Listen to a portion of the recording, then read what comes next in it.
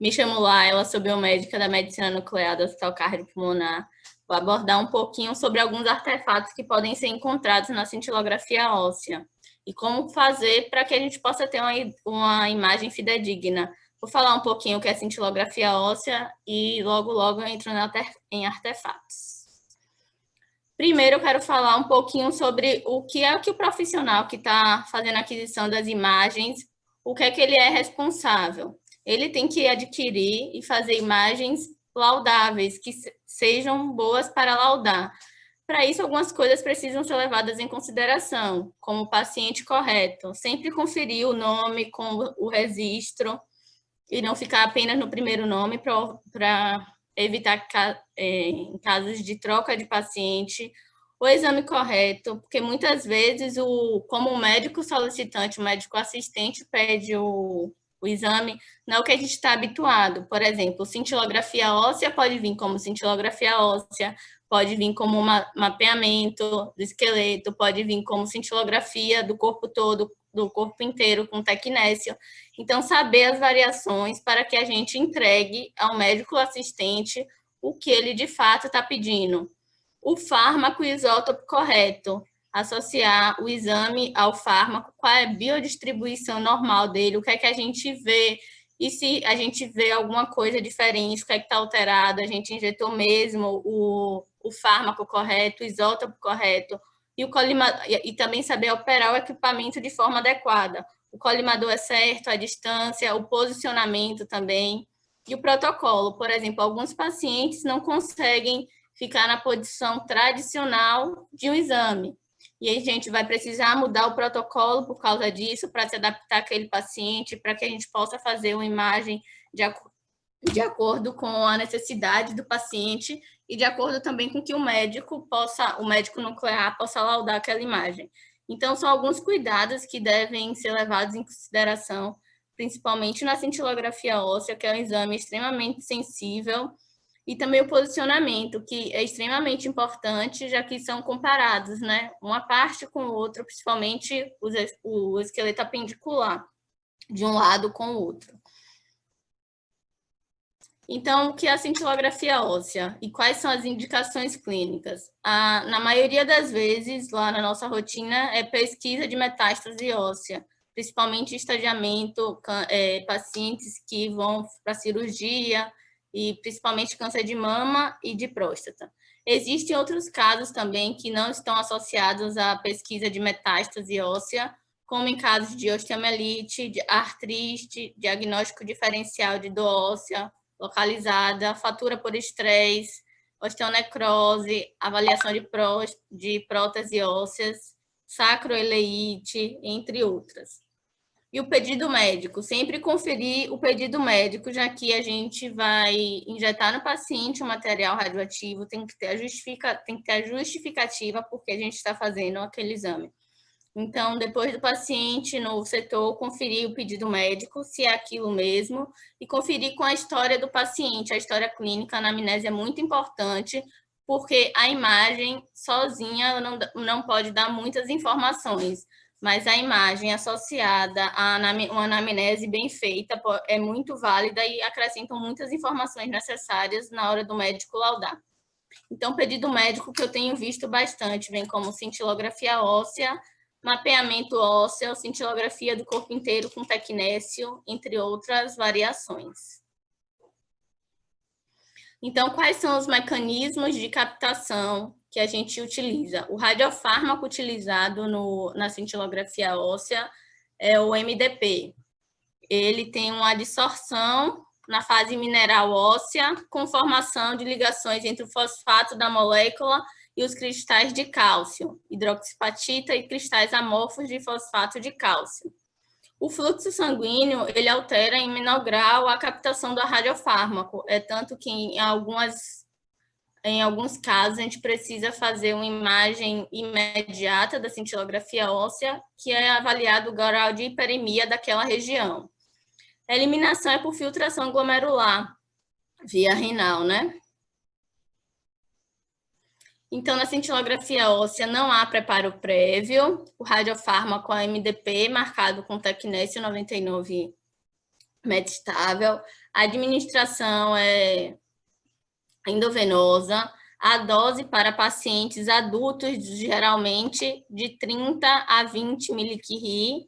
A gente recomenda sempre uma boa hidratação, de 6 a 8 copos de água ou de qualquer outro líquido, e não segurar a urina sempre que for ao banheiro, sempre que tiver vontade de ir ao banheiro, e cuidado na hora no banheiro para não respingar na roupa e nem na pele. Habitualmente, a aquisição das imagens são 3 horas após a administração.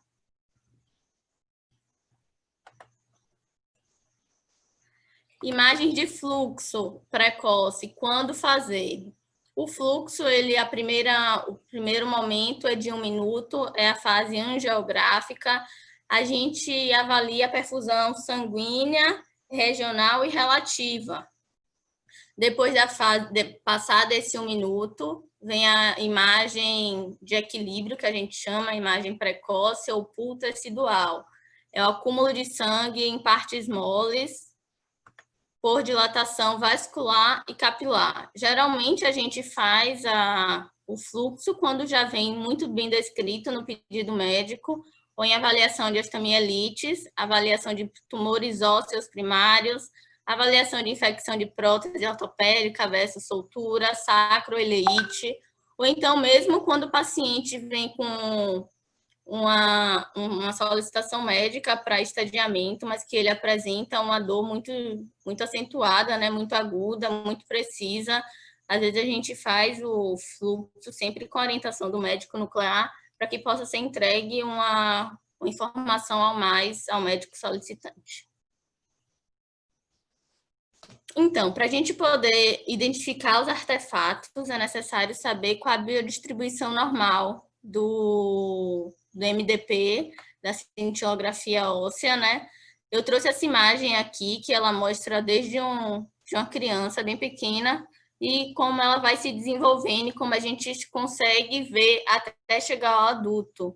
Ressalta principalmente aqui que as articulações, né, joelhos, cotovelos, tornozelos, são extremamente quentes nas fases iniciais da vida, em comparação ao adulto. A gente sempre, como a excreção renal, a gente vai ver sempre os rins e a bexiga. Então, a gente recomenda que imediatamente antes de entrar para fazer a imagem, o paciente esvazie a bexiga. Até porque para poder ver melhor as regiões adjacentes.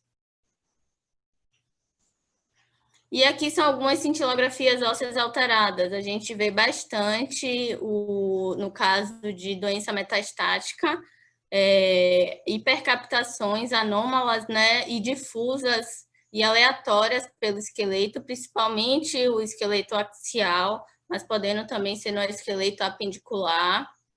A gente vê aqui nessa imagem da esquerda algumas setas mostrando essas metástases. E aqui na outra imagem da direita a gente vê um paciente com doença de Paget bem característico mesmo.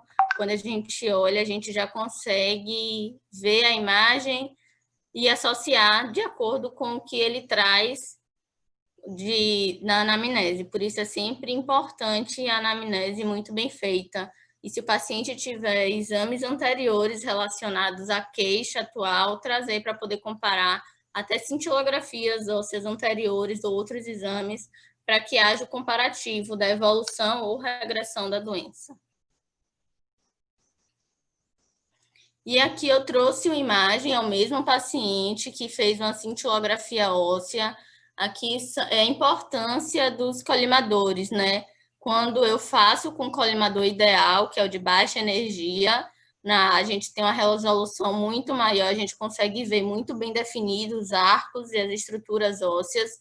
No B é um colimador de média energia, a imagem já fica mais ruidosa, né? Mas com menos resolução, em comparação com o C, que é o de alta energia, que a gente não consegue já visualizar muita coisa, perde-se muita informação.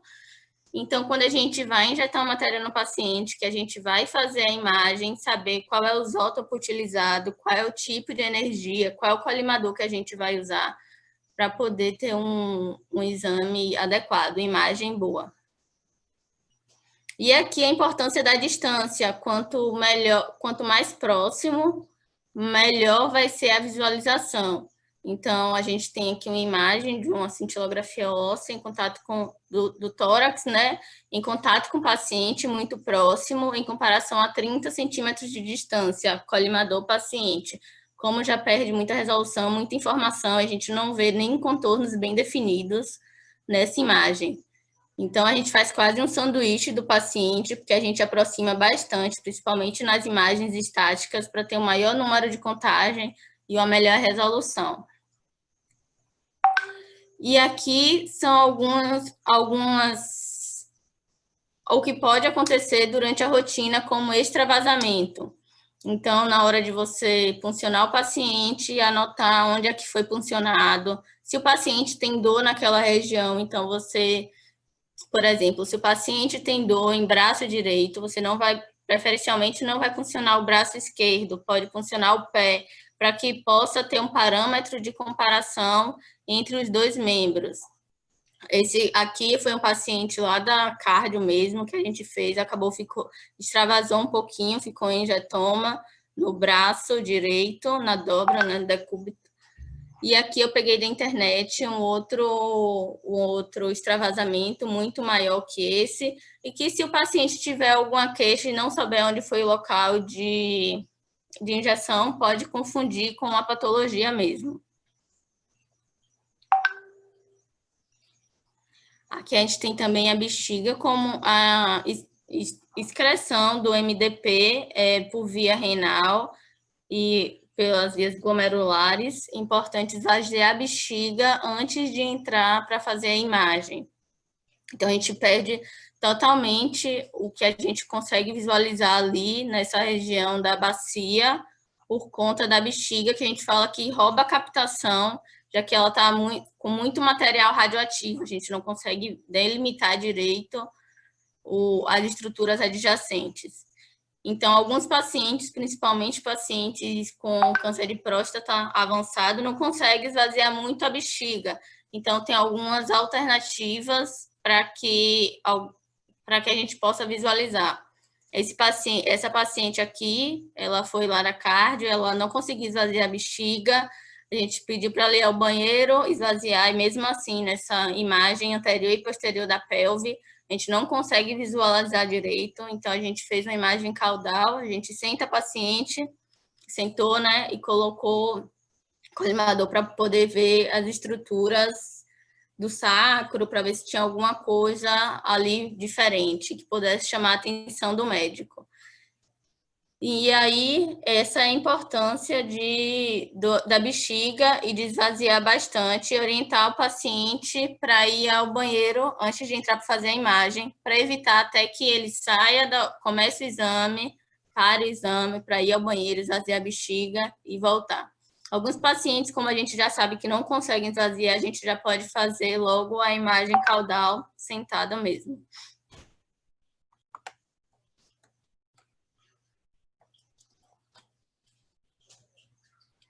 Aqui alguns pacientes usam sonda. Eu não achei fácil uma imagem que seria ideal, mas a sonda pode passar por estruturas ósseas. A gente pode ver aqui pelo fêmur, passa do direito ao esquerdo, e a gente não consegue visualizar aquelas estruturas ali.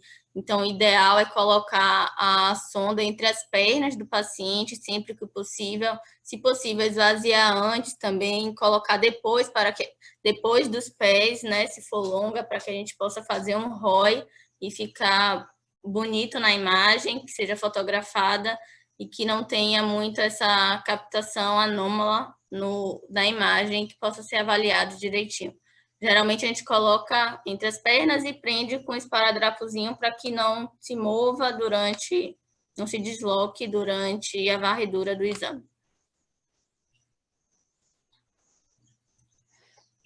A gente também pode ter alguns artefatos durante a complexação do material radioativo, durante o processo de marcação do MDP com o tecnécio. A gente preconiza que utilize o tecnécio de um gerador recém-eluído, que não seja uma eluição antiga, e que use a atividade recomendada pelo fabricante, assim como o volume, e que faça os controles de qualidade antes de ser injetado no paciente, a fim de que a gente injete apenas a forma que a gente deseja para a formação da imagem. Nessa imagem, a gente pode ver muito pertecnetato livre e que a gente vê uma captação específica, característica, como em glândulas salivares, como na tireoide, como no estômago. Então, antes de injetar o material no paciente, sempre o ideal é poder fazer o controle de qualidade. Se o controle de qualidade for aprovado, a pureza radioquímica ser maior do que 90%, está aprovado e liberado para ser injetado no paciente, para que a gente injete o material radioativo e tem as imagens desejáveis e laudáveis para aquele exame. Assim como o pertecnetato, que a gente consegue visualizar, como nessa imagem, e nesse caso é o tecnécio livre, há casos também de formação de coloide. Se for a formação de coloide, a gente vai conseguir ver estruturas como o fígado muito bem marcado. E também não é uma imagem ideal, não é o que a gente deseja. Então, é importante bater na tecla do controle de qualidade nos radiofármacos antes de injetar no paciente. É bem rapidinho de fazer, os materiais são um pouco chatos, mas são fáceis também, na prática dá para incorporar facilmente. E a gente tem mais segurança na hora de trabalhar, muito mais. Aqui é um paciente que teve uma contaminação, a gente vê aqui do lado direito, um pouquinho do fêmur direito, uma hipercaptação ali, um pouquinho mais quente, a gente não observa no lado posterior. Essa paciente a gente pediu para baixar a roupa e o lençol e tal, e fez uma estática, e a gente viu que era uma contaminação mesmo, não era nada do paciente, até que a gente consegue observar que está em partes moles, muito dificilmente a gente vai ter uma captação assim tão anormal em partes moles, em uma cintilografia óssea. Esse paciente, ao mesmo caso, tem uma hipercaptação ali do lado direito, e a gente fez uma imagem estática para deixar registrado que era apenas uma contaminação e nenhuma patologia. A gente consegue ver também nessa varredura, já que é uma excreção renal, os rins, a gente consegue visualizar, assim como a bexiga, e nos exames anteriores também. E esse aqui foi um paciente também que foi lá que a gente fez recentemente. Ele era muito queixoso com câncer de próstata, estava fazendo estadiamento, de difícil posicionamento, muito difícil, se queixava bastante. Eu relatei para o médico que eu tinha tido muita dificuldade em posicioná-lo, o resultado dos exames deles não eram nada favoráveis, só que a gente olha a imagem do paciente e não vê nada muito que chame atenção. E aí, se você parar e olhar com mais cuidado, foi o que me foi explicado, a gente não vê essas vias fisiológicas de excreção. A gente não consegue ver, por exemplo, os rins, nem nas imagens anteriores, nem na posterior, e a bexiga muito pouquinho. Então, poderia ser um caso de alguma disfunção renal grave, ou insuficiência crônica, ou então um caso de super-scan também, quando o radiofármaco tem muita avidez pelo osso, quando está em uma doença muito avançada, e aí a gente não consegue nem ver os rins, nem a bexiga, então a gente fala que é um super-scan. Não sei se é o caso, mas chamou a atenção tanto minha quanto do médico, de acordo com a clínica do paciente, a anamnese que a gente tinha feito, com o estado do paciente, que estava bem debilitado, que a gente viu na imagem. Então, essa troca de informações entre médico, biomédico, o técnico, o tecnólogo, é muito importante e construtiva na formação do laudo, né, para o paciente, algumas informações adicionais. E aqui tem outra imagem, tá um pouquinho ruim de ver, mas tem ali uma setinha. A gente sempre orienta antes de entrar para fazer a imagem, assim como esvaziar a bexiga, a tirar todos os pertences metálicos, moedas, chave, cinto, enfim, carteira, colar, corrente, e a gente consegue visualizar uma atenuação decorrente da fivela do cinto, marcado ali acima da bexiga. Então, ficar de olho com a biodistribuição normal, que é esperado ver, e se alguma coisa chamar a atenção, olhar no paciente para ver se ele tirou realmente todos os pertences. Poderia fazer uma imagem estática e depois sem o cinto, para poder deixar registrado que é mesmo um artefato. E era isso que eu queria passar para vocês bem rapidamente sobre alguns artefatos que a gente encontra bem na prática, na rotina da medicina nuclear, em relação à cintilografia óssea. Obrigado, Laila. Parabéns pela apresentação, bastante clara, bastante didática. E a gente tem um tempinho para perguntas, né? Eu acho que ninguém fez pergunta aqui no bate. Alguém teria alguma questão para colocar? Entenderam tudo, não entenderam nada? Alguma pergunta para a Laila?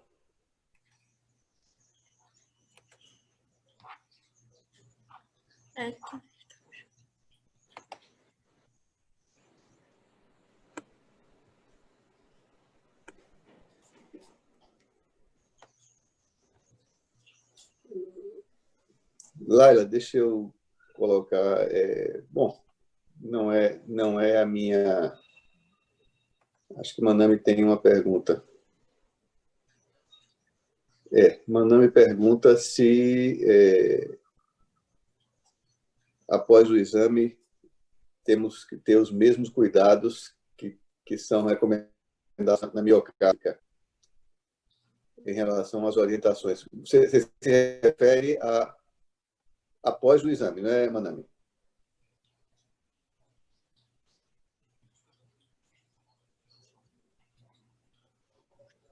É para responder, doutor? Assim, pode responder. Deixa eu ver aqui. Eu acho que o Manami está se referindo a cuidar de radioproteção, provavelmente, né? Como é o mesmo isótopo, eu acho que deveria ter os mesmos cuidados, sim, doutor. Uhum. Eu também concordo, né? A atividade é semelhante à atividade usada na miocárdica. Sim. E o isótopo também é o mesmo. Então, em tese, eu acredito que sim, né?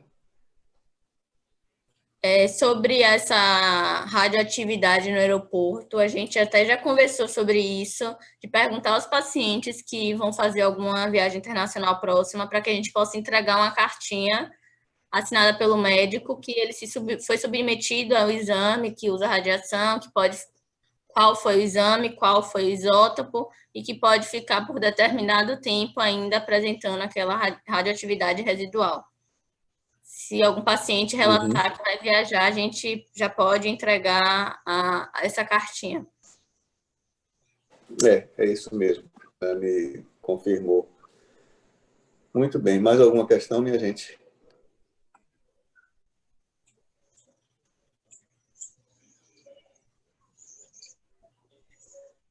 Eu acho que você fez uma apresentação que não deixou dúvida. Todo Ou mundo então muitas satisfeito. dúvidas. Não, eu acho que foi bem claro. Eu acho que foi bem claro. Você conseguiu pegar toda a cadeia do procedimento e mostrar os pontos que são chaves acho que realmente não deixou dúvida, né? A apresentação foi muito boa. Bom, eu acho que a gente pode, então, encerrar, né? Eu quero agradecer a participação, né? Agradecer em especial a Laila pela preparação do material, realmente foi muito bom, né? E convidar para a próxima, no próximo, que eu não sei ainda qual é o tema, Luiz não me adiantou. Na verdade, eu peço desculpa porque eu assumi esse encargo meio que de última hora. Então, eu não sei qual é o tema da nossa próxima atividade, mas oportunamente vai ser divulgado. Obrigado a todos e boa noite. Boa noite, gente. Tchau, tchau.